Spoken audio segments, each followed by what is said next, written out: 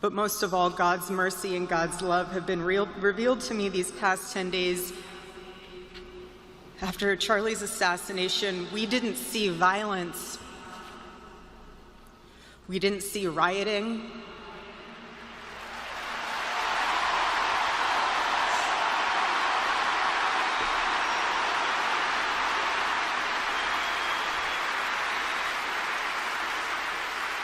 We didn't see revolution. Instead, we saw what my husband always prayed he would see in this country. We saw revival.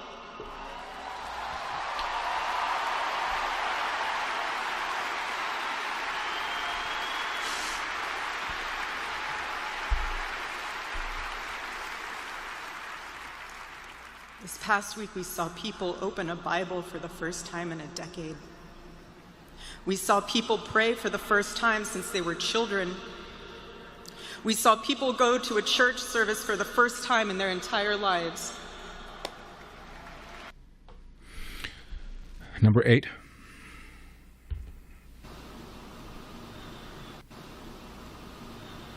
My husband, Charlie, he wanted to save young men just like the one who took his life.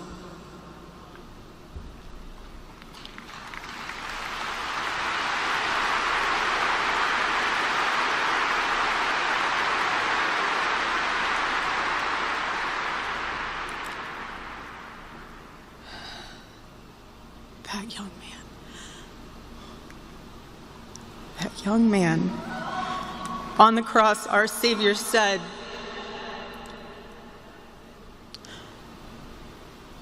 "Father, forgive them, for they not know what they do."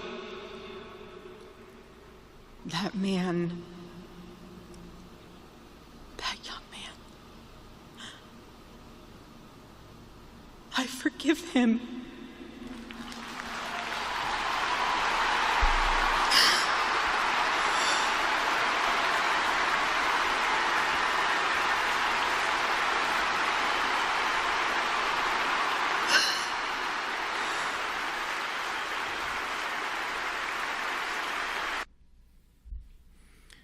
That was the moment of the services. That young man, I forgive him. The contrast between the reaction from quote unquote the right to Charlie Kirk's assassination versus the reaction to the left after the death of George Floyd could not be more stark. I say again, there was zero evidence, none, that however you feel about what Officer Derek Chauvin did or failed to do in his encounter with George Floyd, there is zero evidence that the officer was motivated in some way, shape, or form by George Floyd's race. Because George Floyd is black and the officer is white,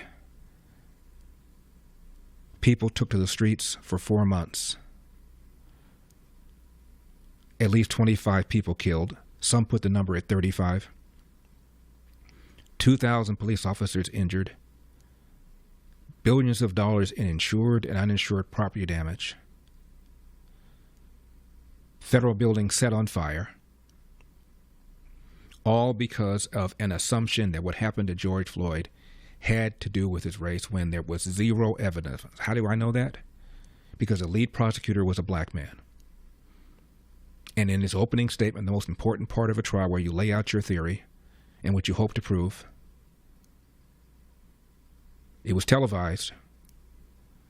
He said, the police in general are not on trial.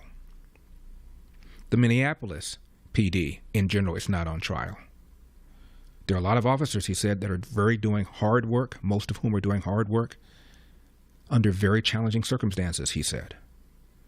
This individual is on trial for what he did and for what he failed to do in arresting George Floyd. He never even suggested that the officer was motivated by George Floyd's race, and the officer was never charged with a state or a federal hate crime. Yet here we have 4 months, egged on by people like Kamala Harris saying they're not going to stop, and they shouldn't stop. And all of a sudden, the people that were mandating masks and social distancing didn't care about masks and social distancing during these 4 months of George Floyd protests/riots. Contrast that with the reaction after the assassination of Charlie Kirk. In most denominations, church attendance rose. This event in Phoenix, I've never seen the like of any event like that. I don't know what I would compare it to. There are estimated 300,000 people there.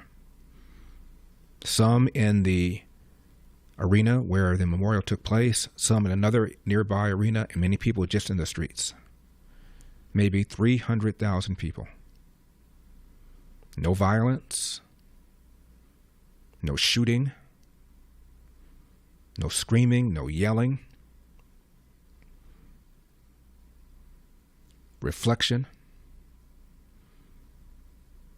and a hope that maybe, just maybe, the death of this man who's now become a martyr might cause some of the people who have been referring to Donald Trump as a fascist and a Nazi and a racist might look in the mirror and say, maybe, just maybe, I'm the problem. I'm going to talk about Van Jones in a minute. Van Jones, on election night in 2016, attributed Donald Trump's victory to white lash. And he said, and I'm paraphrasing, the reason for Donald Trump's victory is that white people, white racists, are so concerned that America is becoming increasingly a nation of people of color. And because they were reacting to a black president, that's why Donald Trump got elected. White lash. And on the day Charlie Kirk was assassinated, before the assassination, Van Jones accused Charlie Kirk of engaging in hate and race mongering because Charlie Kirk dared say what everybody knows to be the case, and that is the young Ukrainian woman on that train in Charlotte was stabbed to death because she's white. The killer allegedly said, I killed that white girl, but you're not supposed to speculate that maybe, just maybe, her race had something to do with why she was dead. Because of that, Van Jones referred to Charlie Kirk as a hate race monger. For full shows, live and on demand, it's Salem News Channel.